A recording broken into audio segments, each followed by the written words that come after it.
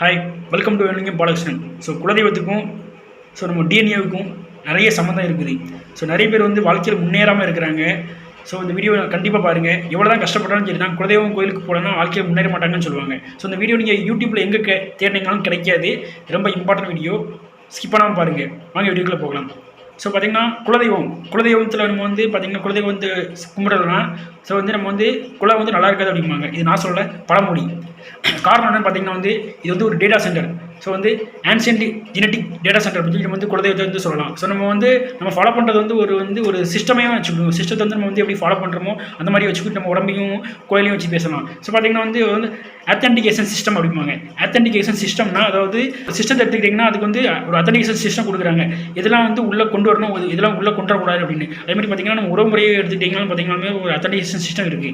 அது எப்படின்னு கொண்டு வராங்கன்னு பார்த்தீங்கன்னா பங்காளி முறை. ஸோ பங்காளி முறையில் பார்த்தீங்கன்னா யாருமே மேரேஜ் பண்ண மாட்டாங்க. இது என்ன அப்படிங்கிற நான் பின்னால் சொல்கிறேன். ஸோ பார்த்தீங்கன்னா ஆண்களுக்கு பார்த்தீங்கன்னா ஒய் குரோமோசோம், பெண்களுக்கு எக்ஸ் குரோமோசோம். ஸோ இந்த ஒய் குரோமோசோம் பார்த்தீங்கன்னா பொதுவாக நம்ம ஜெனட்டிக்னு இல்லை, பொதுவாக தாத்தா மகன் பேரன் எல்லாருமே ஒன்று போல தான் இருப்பாங்க. ஸோ இது காரணம் பார்த்தீங்கன்னா டிஎன்ஏ தான். ஸோ டிஎன்ஏ எல்லாருடைய உடம்புலையும் ஒன்று போல இருக்கும், வித்தியாசமே இல்லாமல் இருக்கும். அது ஆண்களுடைய உடம்புல யூனிக் கோடாக எடுத்துக்கலாம். ஸோ இதை யூனிட் கோடாக சொல்லுவாங்க. என்னென்னா எல்லாமே பார்த்தீங்கன்னா ஒரே வரிசையாக தான் இருக்குது. அது ஒரே சீரியல் நம்பர்னு சொல்லுவாங்க. ஸோ தாத்தா மகன் பேரன் இருக்கிறவங்க ஒரே சீரியல்னு சொல்லுவாங்க.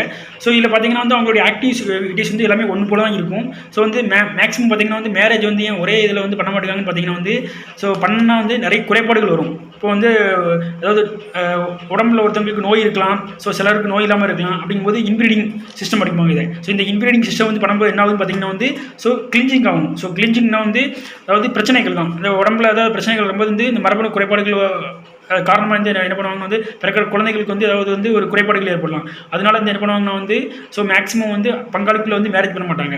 ஸோ இது தவிர்க்கணும்னு அவங்களுக்கு தெரியும்.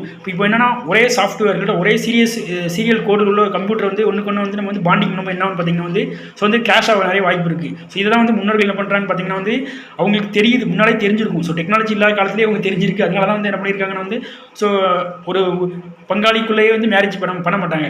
ஸோ அடுத்து பார்த்தீங்கன்னா என்னதான் நம்ம நம்முடைய உடம்பை பாதுகாத்தாலுமே நம்மளுக்குன்னு பார்த்தீங்கன்னா நிறைய பிரச்சனைகள் வரும். ஸோ அந்த பிரச்சனைகள்லாம் எப்படி சமாளிக்கிறது, அது என்ன சொல்லுவாங்கன்னா கர்மா அப்படிம்பாங்க. ஸோ கர்மாவெலாம் நம்ம எப்படி மாற்றுறது, இது மாற்றுறது எப்படி சொல்லுவாங்கன்னா எபிஜெனட்டிக் அப்படிம்பாங்க. ஸோ பார்த்தீங்கன்னா அதாவது எபிஜெனட்டிக்னு பார்த்தீங்கன்னா அது நம்முடைய ஜெனட்டிக்கே சேஞ்ச் இருக்காது, நம்முடைய டிஎன்ஏல சேஞ்ச் இருக்காது. ஆனால் இந்த பயம், கோபம், அதாவது நம்ம பஞ்சத்தில் அடிபட்டிருப்போம். ஸோ நிறைய பிரச்சனைகள் கவலைகள் இருந்திருக்கும். அதெல்லாம் நிறைய இது சந்திச்சிருப்போம். அது என்ன பண்ணுவோம்னா டிஎன்ஏ மாற்றாது, ஆனால் நம்ம செய்யக்கூடிய செயல்களை மாற்றி அந்த டிஎன்ஏடைய அமைப்பு மாற்றி விட்டுரும். அதான் நம்ம எபிஜெனட்டிக் அப்படின்னு சொல்லுவோம். இது கர்ம வினைகள் அப்படிம்போம். ஸோ இது எப்படி சொல்லலாம், இது நம்ம முன்னோர்கள் செஞ்ச அந்த முன்னோர்கள் நிறைய பாவங்கள் செஞ்சுருப்பாங்க, புண்ணியங்கள் செஞ்சுருப்பாங்க. ஸோ அது அடிப்படையில் தான் வரும். அது கர்ம அடிப்படையில் இது டீகோட் பண்ணுறாங்க. ஸோ இந்த எபிஜெனட்டிக் அழிக்கக்கூடிய ஒரு ஏரியா தான் பார்த்தீங்கன்னா அதாவது ஜங்க் ஃபைல்ஸ். எபிஜெனட்டிக் என்ன சொல்லுவாங்க பார்த்தீங்கன்னா ஜங்க் ஃபைல்ஸ்னு சொல்லுவோம். இந்த ஜங்க் ஃபைலில் அழிக்கக்கூடிய ஒரு இதுதான் பார்த்தீங்கன்னா central data base. So central data பேஸ்னால் என்ன சொன்னேன், குலதெய்வம். ஸோ எங்கேருந்து எங்கே கனெக்ட் ஆகுதுன்னு பாருங்கள். ஸோ இது எல்லாத்தையும் இந்த கர்ம வினைகள்லாம் அழிக்கிறதுக்கு தான் நம்ம குலதெய்வம் கோயிலுக்கு போகிறோம். ஸோ இது நம்முடைய குலதெய்வம் கோயிலுக்கு போகிறனால என்ன நன்மை இருக்குது அப்படின்னு பார்த்தீங்கன்னா இருக்குது. அதாவது குலதெய்வத்துக்கு கோயிலுக்கு நம்ம போனதுக்கப்புறம் மட்டும் பார்த்தீங்கன்னா அது அந்த மண்ணில் காலை வைக்கும் போதே நமக்கு ஒரு காந்த சக்தி இருக்குது. நம்ம முன்னோர்கள் சுவாசிச்சு காற்று நம்ம முன்னோர்கள் இருந்த இடம் நிறைய இருக்குது. ஸோ அதை நம்ம உணரும் போது முன்னோர்கள் என்ன ஒரு இதில் இருந்தாங்களோ அதே வைப்ரேஷன் நமக்குள்ளே வரும். ஸோ இப்போ புதுசாக சரிப்பா இதெல்லாம் நீ சொல்கிறதெல்லாம் கரெக்ட் தான். இப்போ புது ஜெனடிக் புதுசாக இது பண்ணுறதாங்க நம்ம பில்ட் பண்ணணும். நம்முடைய டிஎன்ஏலாம் எல்லாமே கட்டமைப்புலாம் இருக்குது. சரி நம்ம குலதெய்வம் கோயிலுக்கு போகிறனால நம்முடைய அந்த குலதெய்வம் கோயிலுக்கு போகிறனால முன்னோர்களுடைய காற்றை சுவாசிச்சோம், எல்லாம் ஓகே தான். ஆனால் நம்ம புதுசாக பிறந்த குழந்தைய நம்ம எப்படி நம்ம இது பண்ணுறது அப்படின்னு சொல்லி கேட்குறோம். இப்போ புதுசாக இப்போ நிறைய கம்ப்யூட்டர் இருக்குன்னா அது கார்பரேட் கம்ப்யூட்டர் கூட நம்ம ஒரு அத்தன்டிகேஷன் கொடுத்தா லிங்க் பண்ணுவோம். ஆனால் புதுசாக பிறந்த குழந்தைய பயோமெட்ரிக்கல் லாஜிக்கல் அப்படிங்கிற ஒரு டிவைஸ் மூலமாக நம்ம இணைக்கணும். அது எப்படின்னா பார்த்தீங்கன்னா புதுசாக உள்ள கம்ப்யூட்டரையும் பயாலஜிக்கல் அந்த இது அத்தன்டிகேஷன் கொடுத்தா இணைப்பாங்க. அதே போல் இது எப்படி இணைக்கணும்னு பார்த்தீங்கன்னா ஒன்றுமே கிடையாது. அந்த குழந்தைக்கு மொட்டை போடுறோம். மொட்டை போடுறதுக்கும் குலதெய்வம் கோயிலுக்கு என்னப்பா சம்மந்தம் இருக்குது, மொட்டை போட்டால் என்னப்பா கிடைக்கும் அப்படின்னு கேட்குறீங்க. ஸோ இந்த குலதெய்வம் கோயிலில் போகிறதுனால நம்ம பிரெயினில் இருக்க அதாவது ஹைப்போதாலமஸ் அப்படிங்கிறது வந்து ஒரு மூளையில் இருக்க ஒரு பகுதி. ஸோ வந்து கூலாகும், நமக்கு வந்து நம்ம வந்து காம்பவுண்ட் பண்ணும். ஸோ நம்மளுக்கு வந்து இந்த நிறைய இருக்கிற பயம், இந்த இதெல்லாம் வலிகள்லாம் என்ன ஆகுனா வந்து அப்படியே கூல் பண்ணி நம்ம அப்படியே வந்து ரெஃப்ரெஷ் பண்ணி விட்டுரும். ஸோ ரெஃப்ரெஷ் பண்ணுறதுனால என்ன ஆகுதுன்னு பார்த்தீங்கன்னா வந்து நம்மளுக்கு மனசில் இருக்க இந்த பயம் எல்லாமே போயிடுது. ஸோ வந்து புதுசாக வந்து ஒரு ஹீலிங் ப்ராசஸ் வந்து ஆக்டிவேட் பண்ணும். நம்மளை வந்து சிஸ்டத்தை வந்து எப்படி ரீபூட் பண்ணுறாங்க, அது மாதிரி ரீபூட் ஆயிரும் நம்மளுடைய உடம்பு. வந்து ப்ராசஸ் மெத்தட் அடுத்ததுன்னு பார்த்தீங்கன்னா வந்து மார்போஜெனடிக் ப்ராசஸ். ஸோ வந்து மார்போஜெனடிக் ப்ராசஸ் புலம் அப்படின்னு சொல்லுவோம். இதை வந்து என்ன சொல்கிறாங்கன்னு பார்த்தீங்கன்னா வந்து, அதாவது ரூப்பர் செல்ரைட் அப்படிங்கிற ஒருத்தர் வந்து டிஃபைன் பண்ணியிருக்கிறாரு. அது வந்து நம்ம சொல்கிறது இல்லை, இதில் முன்னாலே வந்து சயின்டிஃபிக் ரீதியாக வந்திருக்கு. அந்த சயின்டிஃபிக் ரீதியும் நம்ம வந்து நம்ம குழந்தைகளையும் நம்ம இணைக்கிறது தான் இந்த இது டீ கோட்ஸே. ஸோ பார்த்தீங்கன்னா அது என்ன அப்படின்னு பார்த்தீங்கன்னா வந்து, அதாவது குழந்தைகளுக்கு மொட்டை அடிக்கிறது தான் இந்த மார்போபயாலஜிக்கல் இந்த மார்போஜெனடிக் ப்ளம் அப்படிங்கிறது.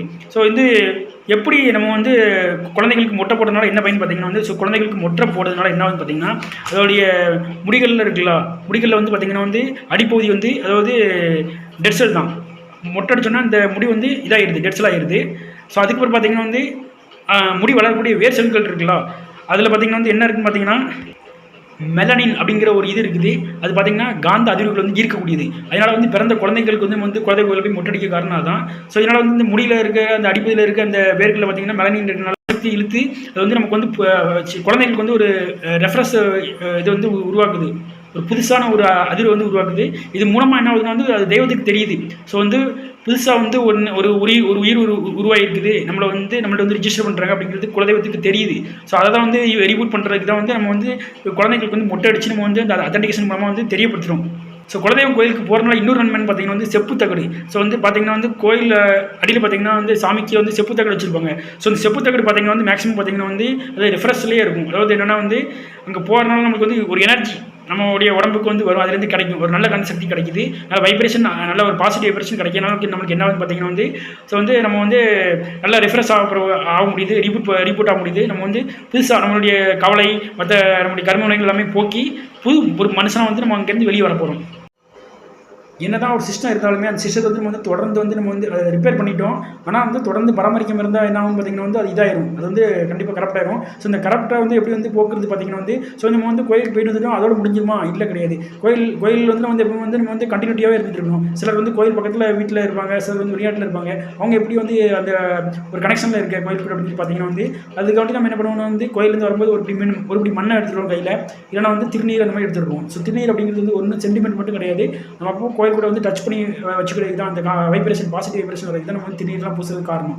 அதுமாதிரி இன்னொன்று என்னன்னு பார்த்தீங்கன்னா வந்து ஒரு வருஷத்துக்கு ஒரு குலதெய்வ கோயிலுக்கு போகணும் அப்படிங்கிறாங்க. எதுக்கு சொல்கிறாங்க தெரியுமா? ஸோ வந்து அந்த குலதெய்வ கோயிலுக்கு போகணும் அப்படின்னு சொல்லிட்டு பார்த்தீங்கன்னா வந்து நம்ம சிஸ்டத்தை வந்து ஒரு வருஷமாவது ஒருத்தருக்கு வந்து நம்ம வந்து ரீபூட் பண்ணணும், அவங்கள்ட்ட வந்து நம்ம வந்து ஆக்டிவேஷன் கொடுக்கணும் அப்படிங்கிற வழி தான் வந்து நம்ம வருஷத்துக்கு ஒருக்கு வந்து ஃபேமிலியோட குலதெய்வம் கோயிலுக்கு போகிற காரணம். ஸோ இந்த மாதிரிலாம் பார்த்தீங்கன்னா வந்து இதெல்லாம் வந்து நிறைய டெக்னிக்கல் ரீதியாகவும் பார்த்தீங்கன்னா சயின்டிஃபிக் ரீதியாகவும் வந்து நம்ம இதோட வந்து ஒத்து போகுது. அதெல்லாம் பார்த்தீங்கன்னா வந்து கோயிலுக்கு போனதுக்கு ஒரு மட்டும் வந்து பொங்கல் வைப்பாங்க. பொங்கல் ஏன் வந்து லேடிஸ் வந்து சொல்லி பொங்கல் வைக்க சொல்லுவாங்க.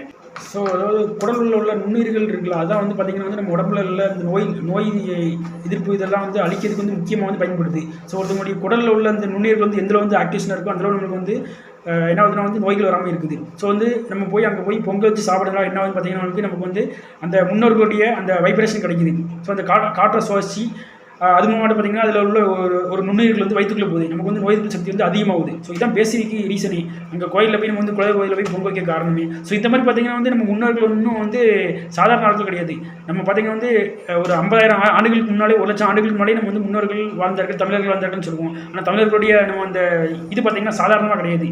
அதாவது இப்போ தான் டெக்னாலஜி வளர்ந்துருக்குது. இப்போ தான் ஏரோப்ளைன்லாம் கண்டுபிடிச்சி வந்து நம்ம வந்து ஸோ அதெல்லாம் நம்ம பார்த்திங்கன்னா ராக்கெட்லாம் கண்டுபிடிச்சி ஸோ நிலாவில் போய் நம்ம வந்து என்ன இருக்குது அப்படி போய் இது பண்ணுறோம். ஆனால் பார்த்திங்கன்னா நம்ம ஆட்கள் அப்படி கிடையாது. அப்போவே வந்து நிலா எங்கே இருக்குது, சூரியன் எங்கே இருக்குது, சூரியன் வந்து சென்ட்ரலில் வந்து எத்தனை மணி ஆகுது, ஸோ வந்து குளிகை எது, ராகுகாலம் எது, யமகண்டம் எது, எல்லாத்தையும் வந்து கணிச்சு வச்சுருக்காங்க. அவங்க வந்து சாதாரண மக்கள் கிடையாது, சயின்டிஃபிக்கும் மிஞ்சினவங்க.